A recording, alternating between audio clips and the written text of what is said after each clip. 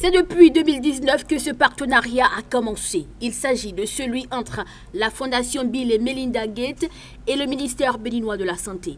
La Fondation appuie en effet le Bénin dans la digitalisation de la campagne sur la distribution de moustiquaires, sur la prévention saisonnière contre le paludisme et sur les maladies tropicales négligées. C'est un exercice annuel de concertation avec les partenaires de la Fondation pour faire le bilan et des réajustements aux besoins. De nos interventions, nous travaillons ensemble avec le ministère de la Santé et en particulier avec le PNLP et le PNMLT et le DSI pour le transfert de compétences, pour faciliter une transition complète de la digitalisation des campagnes. Et nous prévoyons de terminer ça dans l'année qui vient.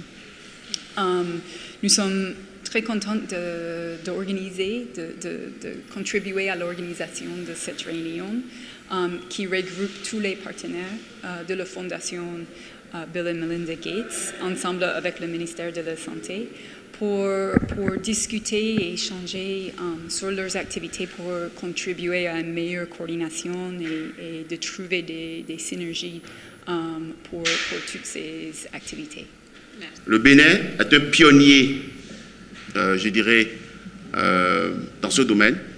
Et le Bénin a su montrer l'exemple et la voie aux différents autres pays qui sont en train de pouvoir aller dans la même direction. Donc je pense que l'un des messages de la Fondation ce matin, c'est de féliciter le ministère de la Santé du Bénin pour son leadership, particulièrement dans ce domaine.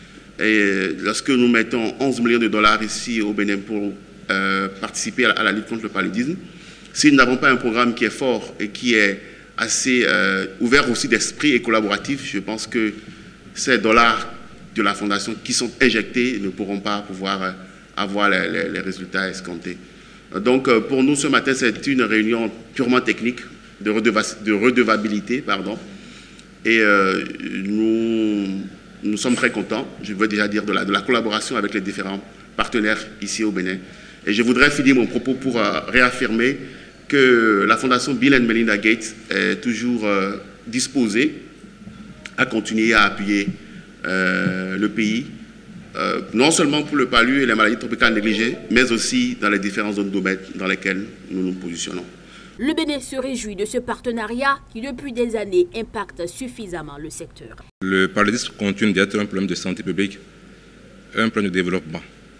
Malgré les efforts qui ont été faits par le gouvernement du Bénin et ses partenaires techniques financiers.